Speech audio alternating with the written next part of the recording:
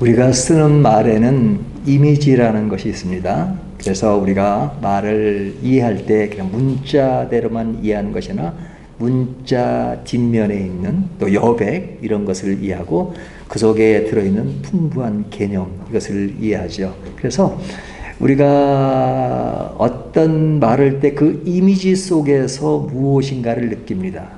예를 들면 우리 아이들의 이름을 보면 그 아이 이름이 예수란 이름이에요. 김예수, 또 어떤은 은혜, 또 어떤은 예은이, 또 어떤 사람은 뭐 이성령, 김성령, 박성령, 또 에스더 이런 이름을 들으면 아, 그 집안이 기독교 집안이었다라는 것을 알죠. 또 반대로 어떤 이름은 아, 이 사람은 기독교가 아니라 그냥 아주 불교에 깊이 있는 그런 집안이 있구나 하는 그 이름을 통해서 알 수 있습니다. 그러니까 그 속에 이제 이미지라는 것이 있는 거죠. 그래서 이 이미지는 그 사람을 보여주는 하나의 모습이 되기 때문에 그 이미지가 부정적이면 그 이미지를 이름을 바꿔서 다른 이름을 짓는 것을 볼 수 있습니다. 예전에 그 교회 개혁에 대한 것을 같이 의논했던 사람이 있었는데요. 저는 좀 우리 한국 교회가 좀 갱신, 좀 개혁이 돼야 된다 하는 그런 의지를 가지고 있었습니다. 근데 어떤 사람은 아주 과격해서 개혁이 아니라 혁명이 일어나야 된다. 교회 혁명이 일어나야 된다. 그냥 교회 자체가 썩어서 교회 자체가 없어지고 새로 생겨야 된다. 그런 생각을 가졌습니다. 그러니까 교회 갱신과 교회 혁명적인 그런 것 때문에 저랑 이렇게 가끔 이제 말로 대화를 하게 되는데 그분은 아주 그냥 가격해요. 그냥 가격한데 얼마나 가격하냐면 교회가 타락했으니까 교회 이름마저도 바꿔야 된다. 이름마저도. 예? 그러니까 교회 하면 그냥 이미지가 세상 사람들이 안 좋으니까 교회란 말 쓰지 말고 다른 말로 바꿔야 된다 해서 그분이 예수사이라는 그런 이름으로 바꾼 적이 있었습니다.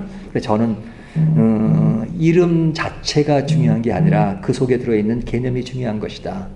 이름을 바꾼다고 되는 것이 아니다. 그러나 교회라고 하는 에클레시아라는 말은 오랜 속에서 우리가 늘 가슴 속에 주어지는 것을 한 번에 무너뜨리는 것은 문제가 있다라고 이야기를 나눈 적이 있습니다. 그러니까 이것이 뭐예요? 어떤 개념, 그 이미지 이런 그런 것들을 이야기하죠. 그래서 우리가 이제 이렇게 지나온 삶을 보면 우리나라에서도 보면은 용어들이 많이 바뀌었잖아요. 용어들이 그렇죠. 옛날에 이제 이렇게 집을 알선해주는 이제 복독방, 지금 복독방이란 말 쓰지 않죠. 지금은 공인중개소, 또 미용사라 그래갖고 헤어 디자이너 이렇게 말하죠. 옛날에는 뭐 소경, 장님, 맹인 그랬지만 지금은 시각 디자인 그렇습니다. 뭐 옛날에는 간호원 그랬는데 간호사로 바뀌기도 하고 그랬잖아요. 그러니까 이런 이미지 때문에 이렇게 바뀌는 것입니다. 자, 이 이야기를 길게 드리는 이유는 뭐냐면 오늘날 사람들에게 부활이라는 그 단어의 이미지는 어떤 것이냐 하는 거죠. 이 부활이라는 것은 기독교 용어입니다. resurrection, 부활, 이것은 기독교 용어죠. 그래서 기독교 색채가 굉장히 강한 용어입니다. 그래서 기독교 외에는 잘 쓰지 않던 용어였죠. 그런데 요즘에는 이 부활이라는 말이 기독교의 어떤 그런 깊이 종교성을 가진 용어로 인식되기보다는 좀 일반화된 용어로 바뀌기 시작했습니다. 그래서 우리가 용어 중에 패자, 부활절, 부활전 뭐 이런 얘기도 하죠. 어떤 새로운 가능성을 이야기할 때 쓰는 말입니다. 이 그룹 사운드 중에 부활이라는 그런 그 사운드가 있는데 그 사람들 저는 믿는 사람들인 줄 알았어요. 근데 그냥 이름이 부활이에요. 그래서 뭐 CCM을 부른다 그런 사람들이 아닌데 그 이름 자체가 부활입니다. 그러니까 이 부활이라는 그들의 쓰는 용어는 뭐냐면 어떤 새로워진다, 새롭게 변화를 이룬다 하는 그런 의미에서 부활이라는 말을 기독교적인 용어인데 그냥 오늘날 일반적으로 많이 쓰게 되었습니다. 우리가 유럽에 가면 가장 큰 명절은 무엇이에요? 성탄절과 이 yesterday, 부활절이잖아요. 그만큼 부활이라는 용어가 어떤 전 세계적으로 또 명절로서 이루어졌고 그러다 보니까 일반 사람들에게도 이제는 익숙해졌고 친숙해져서 이런 단어가 기독교 전문 용어가 아니라 이제 일반인들에게 매우 익숙해져 있는 용어가 되었습니다.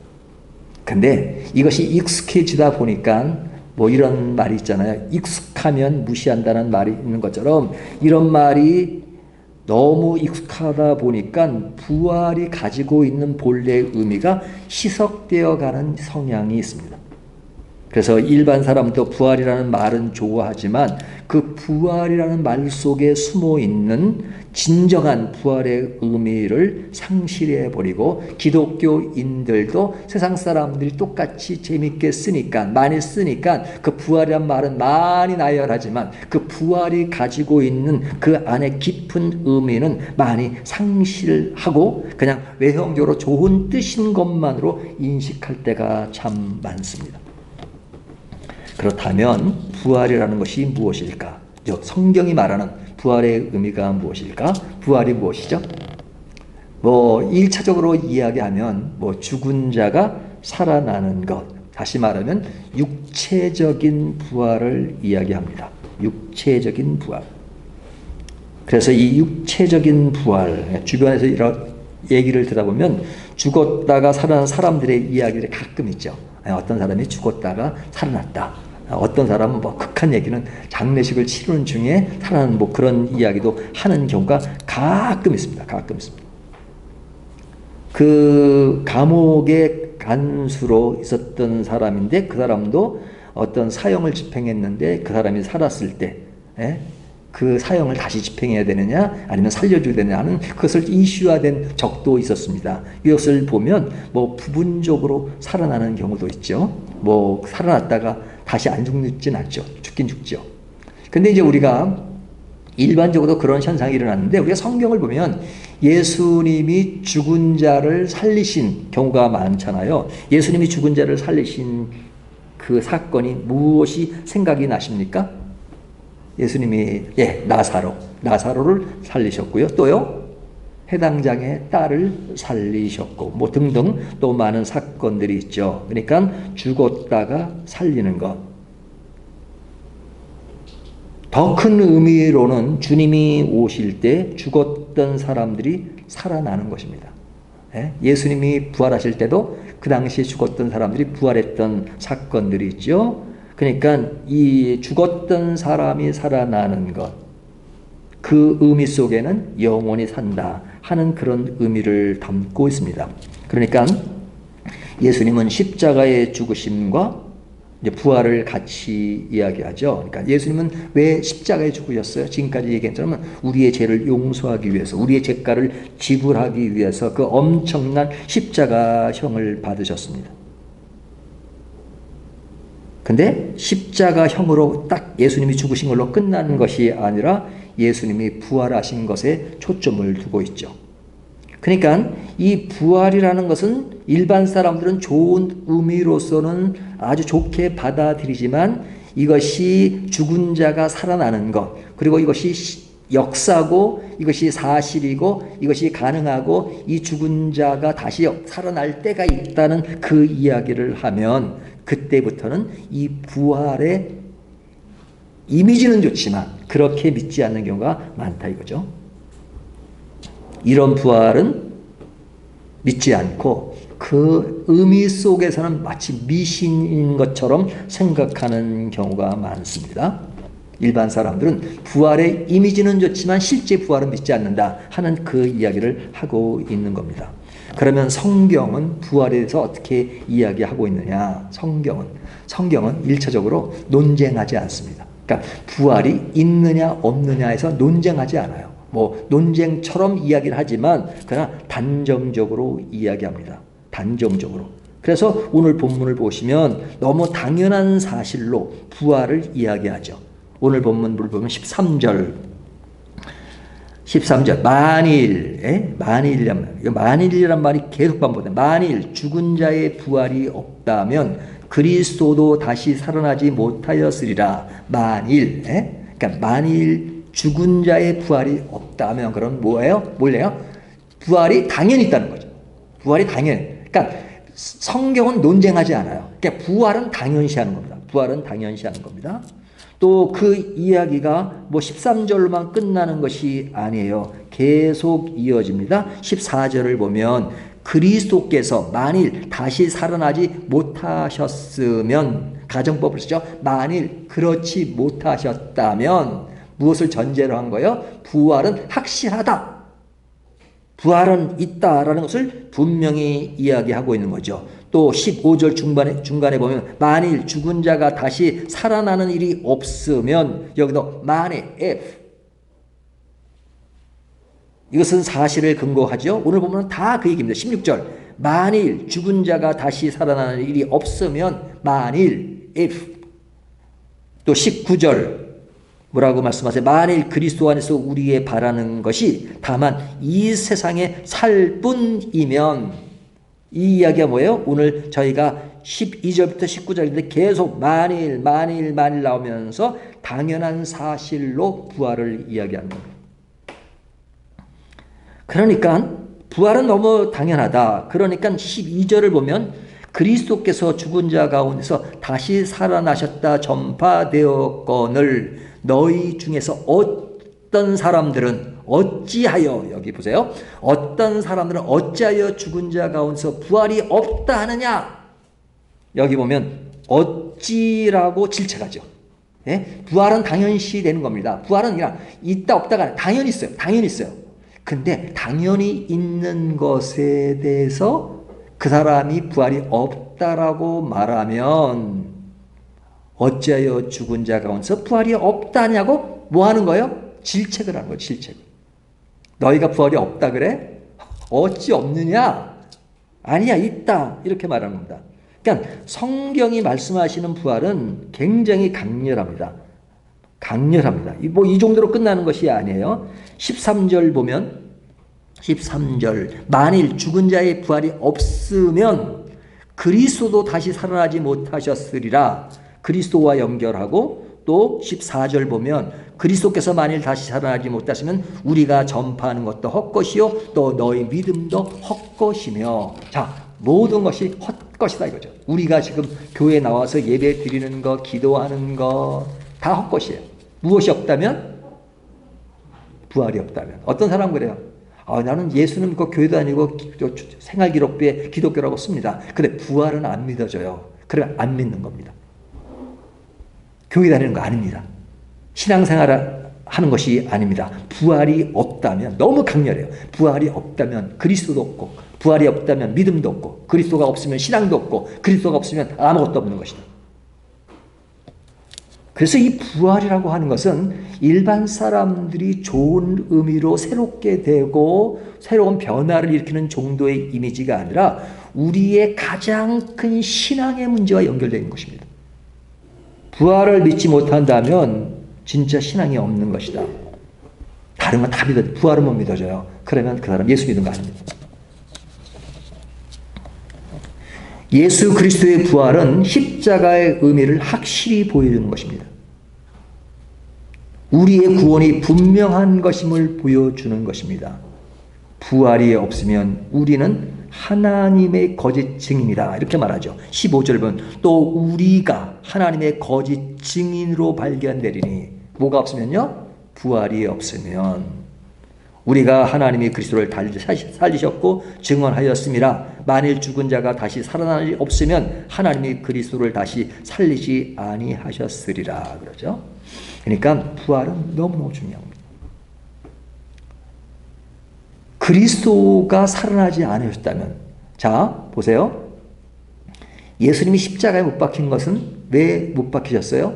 우리들은 우리 죄를 위해서 그러죠.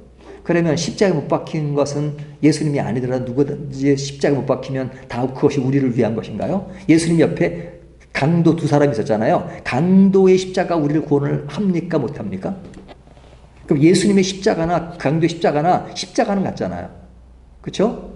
뭐 예수님 십자가만 이렇게 특별하게 금으로 만들고 뭐 나무가 아니라 뭐 화려한 다이아몬드로 만든 거 아니잖아요. 강도의 십자가는 좀 다른 것도 아니잖아요. 똑같은 나무와 똑같은 시간에 이루어지는 십자가인데 강도의 십자가 우리를 구원할 수 있어요? 없어요? 없어요? 그럼 예수 그리스도의 십자가 우리를 구원하죠? 그러면 강도의 십자가와 예수 그리스도의 십자가 뭐가 다른 겁니까? 왜 예수 그리스도의 십자가만 우리를 구원할 수 있는 것인가요? 그 이유는 간단합니다. 예수님이 하나님의 아들이시기 때문에 그래요. 하나님의 아들이시기 때문에. 그러니까 하나님이 인간의 죄를 심판하시는 것이 십자가를 통해서 심판하시는 거잖아요. 그러면 그 십자가에 누가 달려야 되는 거예요? 강도는 자기 죄 때문에 달린 것처럼 실제 강도처럼 우리가 달려야 되는 거죠. 우리가 죄인이니까. 근데 우리가 달리지 않게 하기 위해서 하나님이 자신의 독생자 예수 그리스도를 보내셔서 실제 우리 대신해서 그 자리, 우리가 달려야 할 그 자리에 달리신 거잖아요. 그러니까 우리의 죄를 용서하기 위해서 죄에 대한 심판을 받는 것이 예수 그리스도의 십자가예요. 그러면 그 십자가가 강도의 십자가 다를 바가 없는 것이 뭐냐? 강도는 자기 죄 때문에 달리는 그 십자가지만 예수님은 우리 죄를 위해서 달리신 십자가예요. 근데 그것은 아무나 그렇게 되는 것이 아니라 하나님만 가능하다. 왜? 모든 심판과 모든 용서가 가능한 것은 하나님만 가능하기 때문에. 그러니까 하나님이 그분이 나의 아들 예수 그리스도라고 하는 것을 증명해야 되잖아요. 증명해야 되잖아요. 그 증명하는 증명서가 우리는 어떨 때는 종이 쪽지 하나로 하지만 예수 그리스도의 증명서는 너무너무 길어요. 예수의 공생애는 3년이지만 예수님의 공생애 3년을 이야기하기 위해서 성경 창세기부터 말라기까지 예수님의 예언을 계속하고 있어요. 앞으로 메시아가 오실 것이다. 메시아가 이런 일을 할 것이다. 베들레헴에 오실 것이다. 그가 메시아로 오시면 죽은 자를 살리고 등등등등 이러면서 십자가를 지기까지 모든 예언. 그래서 선지자가 나오고 그리고 율법을 통해서 너희가 율법 안에 있으면 죽으니까 새로운 시대 그리스도의 십자가를 통해서 새로운 변화가 일어나야 된다라는 것을 계속 알려주고 있는 것이 구약의 율법과 예언이란 말이죠.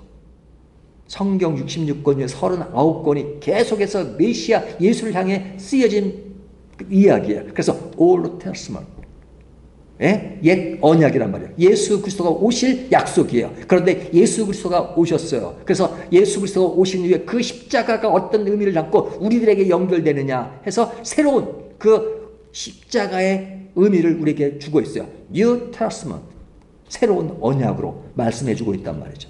그렇다면 그 분이 예수님이 하나님의 아들이라는 것을 증명해야 되잖아요. 물론 성경을 통해서 증명이 됐지만 그러나 가장 큰 가시적으로 증명하는 것이 뭐냐? 그분은 하나님이 우리 죄를 위해서 죽으시는 모습이지만 그러나 그분이 하나님이라는 것을 증명해야 되니까 증명은 무엇으로 하냐? Resurrection, 부활입니다. Resurrection is salvation. 부활이 구원이다. 이렇게 말씀하시는 겁니다. 그러니까 이 부활은 엄청난 것입니다. 그러니까 이것이 우리의 어떤 일생사, 신행사를 다 담당하는 것입니다. 그래서 유럽의 역사를 보면 다 그리스도를 중심으로 하는 역사입니다. 제가 가끔 말씀드리는 BC와 AD의 구분이 뭐예요? BC, Before Christ, BC, 예수 그리스도 이전. AD, 라틴어, Anno Domini, The Year of Our Lord, 우리 주님의 시대란 말이에요. 그러니까 BC와 AD의 분수령이 뭐예요? 예수님을 기점으로 해서 예수님이 오시기 전을 Before Christ, 예수님 이전, AD, 예수님이 오신 이후에 모든 역사의 기준입니다. 그래서 History, 역사란 말은 History의 약자예요. 그의 이야기란, 그의 이야기는 누구? 그리스도의 이야기란 말이에요. 역사라는 것은 그리스도의 이야기예요. 유럽의 역사에 그리스도를 빼버리면 유럽은 남는 것이 없다라고 토인비는 말하고 있습니다. 부활이 없다면 우리의 인생은 이 세상으로 끝납니다. 어떤 축구 선수가 간증하는 걸 들었는데요. 그 사람이 뭐 이름을 알려도 되죠. 이영표라는 선수가 제가 간증하는 걸 들었습니다. 2001년도에 예수를 믿었대요. 예수를 믿었대요. 근데 예수를 믿고 나서 몇 가지 의심이 들었던 것이 있는데 천국이 있느냐 없느냐, 부활이 있느냐 없느냐 이런 생각을 했대요. 근데 이제 예수를 안 믿고 부활을 안 믿는 사람은 그냥 죽으면 끝난다고 생각하면은 뭐 그렇게 믿는 사람은 그냥 끝난 걸로 그냥 뭐 손해 볼 것도 없다는 거죠. 손해 볼 것도 없는 그냥 그걸로 그냥 끝나는 겁니다. 근데 만약에 그가 그렇게 부활을 믿지 않았는데 부활이 있다 그러면 그 사람은 어떻게 되느냐? 뭐 그런 얘기를 이렇게 아주 재밌게 하는 걸 제가 들었는데요. 사실은 한 개인의 이야기지만 사실은 이 부활의 의미는, 저도 이 부활을 묵상하면요, 엄청나다는 생각이 들어요. 여러분 가끔 그런 생각 안 해보십니까? 부활을 그냥 우리가 교회에서 맨날 듣는 부활, 또 천국 그런 그냥 막연하게만 인식하지 말고 실제로 나와 연결해서, 나와 내 개인과 연결해서 우리의 삶이 여기 뭐 앞으로 50년 후에 계실 분이 계실까요? 50년 후에 뭐 계실 분이 계실지 모르겠습니다. 계시기를 바랍니다. 하지만 뭐 좀 넉넉하게 되면 70년 후에 80년 후에 여기 계실 분이 안 계실 겁니다. 우리의 인생은 긴 것 같지만 짧습니다. 근데 우리가 그런 인생은 결국 다 죽음을 맞이합니다. 죽음을 맞이한 후에 그냥 죽음으로 끝나버리고 아무런 그런 없이 그냥 없어지는 것으로 끝나는 것인가? 근데 우리가 딱 죽었는데 보니까 새로운 세계가 열려요. 새로운 천국이 열려요. 그때 막 진짜 새로운 세계, 우리가 이 세상 살 때 상상할 수 없는 천국의 세계를 이렇게 그런 것을 혹시 상상해 본 적이 있으십니까? 상상 좋아요. 또 반대로 의심해 보지 않지 않습니까?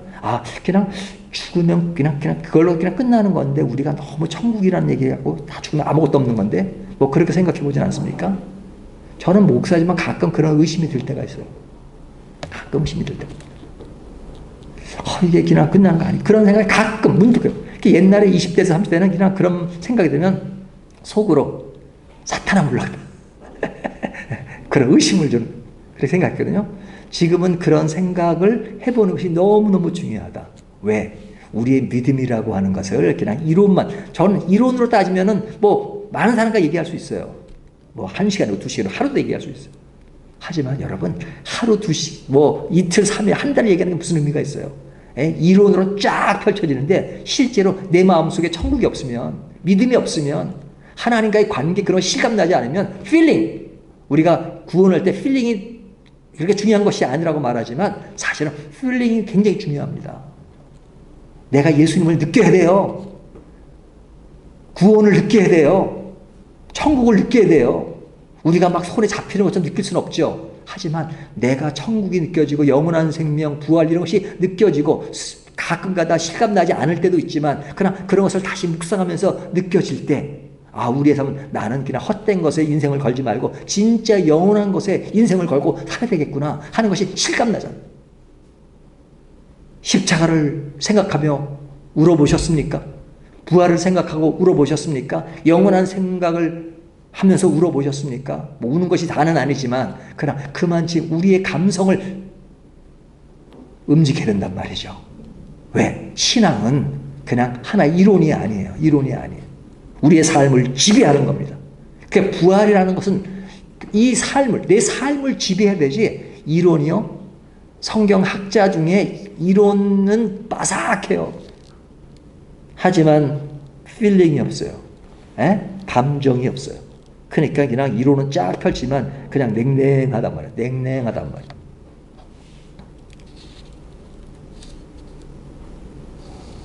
부활이 없으면 우리 인생은 이 생을 끝난다. 그러면 얼마나 허무하겠습니까? 우리가 가끔 돌아가신 분들 장례식 때 천국에서 만납시다. 근데 그게 만약에 아니라면 뭐예요? 사기잖아, 사기. 예수 그리스도의 부활이 없다면 사기입니다. 우리의 신앙도 사기입니다. 가장 큰 사기를 당한 것입니다, 우리가. 근데 부활이 없을까? 저는 부활이 없다는 것을 믿기가 더 힘들어요.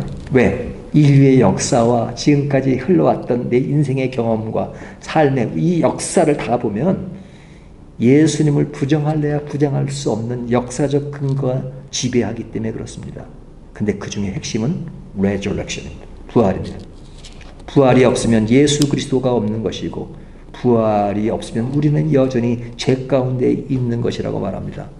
여러분, 죄 가운데 있는 것 얼마나 심각한 건지 아십니까? 17절, 그리스도께서 다시 살아나신 일이 없으면 너희의 믿음도 헛되고 너희가 여전히 죄 가운데 있을 것이요 또한 그리스도 안에서 잠자는 자도 망하였으리니. 그죠? 잠자는 자도 부활이 없으니까 그냥 죽은 걸로 땅에서 다 썩어지고 없어질 거 아닙니까? 하장했으면 다 없어져. 끝이야. That's all. 끝이야. 끝. 우리의 인생이 죽는 것으로 다 끝나버린다면 뭐 살아있을 때 뭐 그렇게 아웅 그렇게 살겠느냐. 그냥 살 때 그냥 엔조이하고 살자 이렇게 생각하는 사람들이 많잖아요. 하지만 우리는 반대입니다. 이 세상 잠깐이에요. 잠깐. 소풍 왔어요. 소풍 잠깐. 예? 소풍 끝나면 집에 갈 곳이 있어요. 거기에는 영원한 것입니다. 거기에는 우리가 상상도 할 수 없는 그 나라가 있습니다. 그 나라를 평생 영원토록 살 텐데 우리의 관심과 우리의 가는 길이 어디에 방향을 두고 살아가느냐. 부활입니다. 우리가 이미 돌아가신 분도 만남의 기대가 있고 그거 얼마나 큰 소망입니까? 근데 이런 것이 없다면 그리스도의 삶은 가장 불쌍한 존재로 바뀝니다. 가장 불쌍한 존재, 부활을 믿지 않는 것입니다. 부활을 믿지 않는다고 부활이 없나요? 부활은 여전히 있습니다. 우리에게 부활이 없다면 모든 것이 헛된 것이라는 것, 그것입니다. 근데 우리가 이 부활에 대해서 생각해야 될 것은 뭐냐면 부활은 육체적인 부활, 그것을 이야기했고요. 또 예수 그리스도의 부활은 그가 그리스도인 것을 증명하는 것인데 구원을 주는 십자가의 그 가치를 이야기합니다. 그리고 우리가 내세 영원한 생명이 있다는 것, 천국이 있다는 것을 알려주는 것입니다. 그것이 신앙의 굉장히 중요한 부분이에요. 그것과 더불어 한 가지를 더 추가한다면 그 부활은 오늘날 우리의 신앙과 삶의 가장 중요한 요소로 현재 우리들에게 중요하다는 거예요. 현재. Now and here. 지금 여기에서 부활의 의미가 중요해요. 구원의 확신, 미래에 대한 확신, 내세의 확신, 그것은 영원한 소망을 줍니다. 그러니까 부활은 오늘날 내 삶을 지배해야 돼요. 내 삶을. 내 삶이 죽으면 그것이 마지막이 아니라 새로운 세계가 있다는 것. 그러니까 나의 죽음은 인생의 마지막이 아니라 새로운 시작입니다. 새로운 시작. 우리가 졸업식 하면 여러분 졸업했다 끝나는 것이 이제는 여러분의 새로운 시작입니다. 이런 얘기들을 하잖아요. 그것처럼 우리들의 죽음은 인생은 끝나는 것 같지만 그러나 새로운 세계의 시작입니다.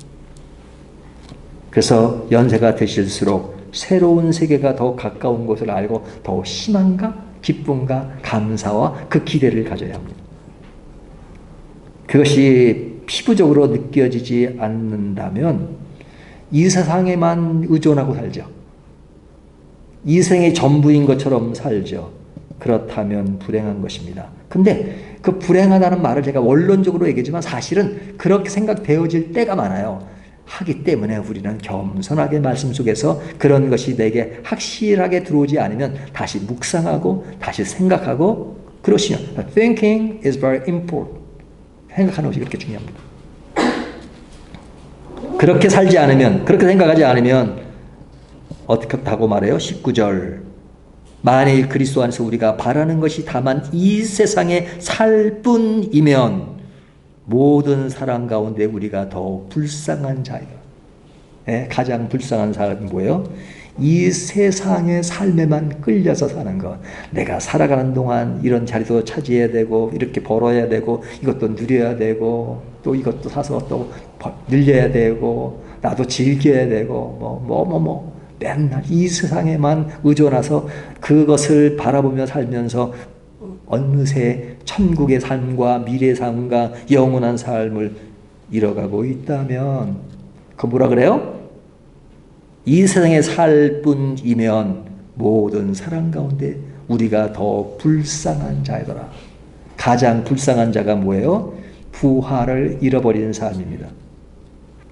그렇기 때문에 부활은 미래의 이야기지만 이것이 오늘 현재 우리들의 이야기가 되야 된다. 우리가 부활절 오늘 이렇게 예배를 드리면서 부활은 미래의 것이 아니라 언제 해야 된다고요? Now and here. 지금 여기 부활의 신앙이 나를 지배됩니다. 우리의 삶이 신앙에 헛되지 않는 것은 지금 이 순간에 내 마음속에 부활이 있기 때문입니다. 따라서 부활이 있는 인생은 값진 것입니다. 한번 따라 하실래요? 부활이 있는 인생은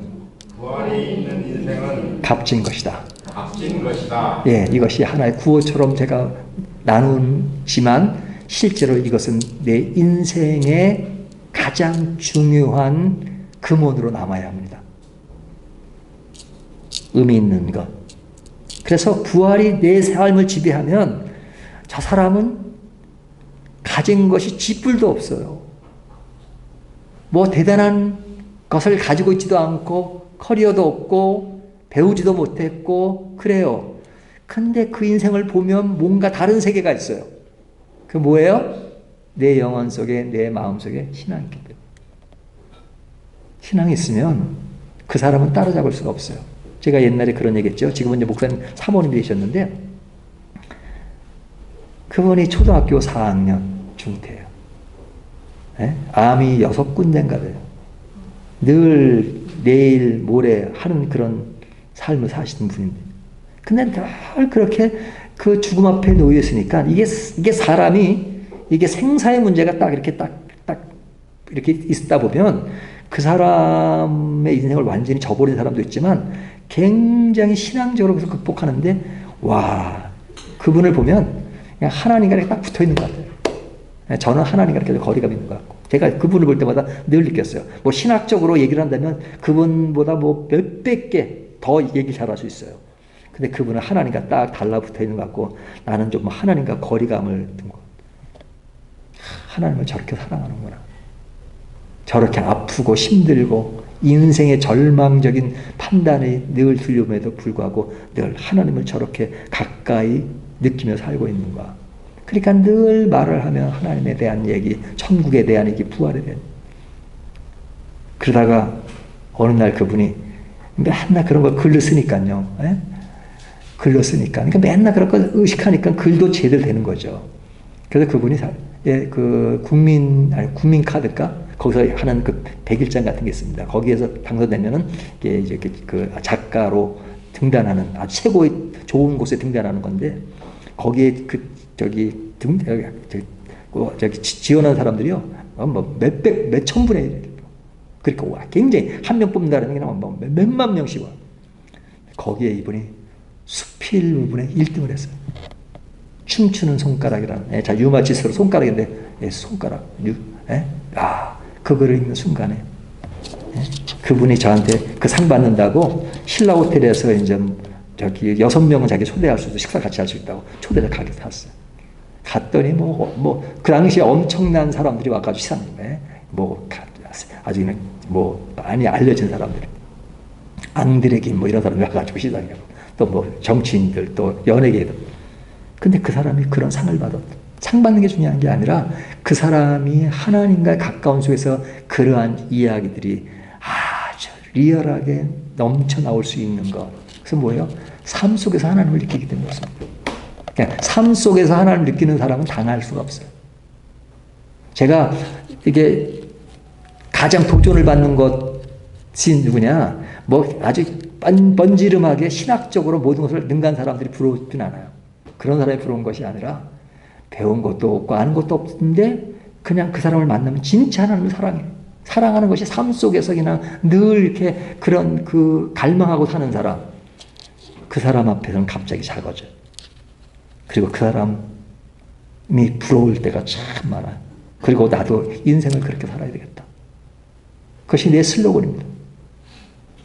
아는 신앙이 아니라 느끼는 신앙. 그리고 하나님을 지금도 늘 만나는 신앙. 오늘도 하나님과의 관계 속에서 나를 인식하는 시간들이 되고 그렇게 하루하루를 살아가죠.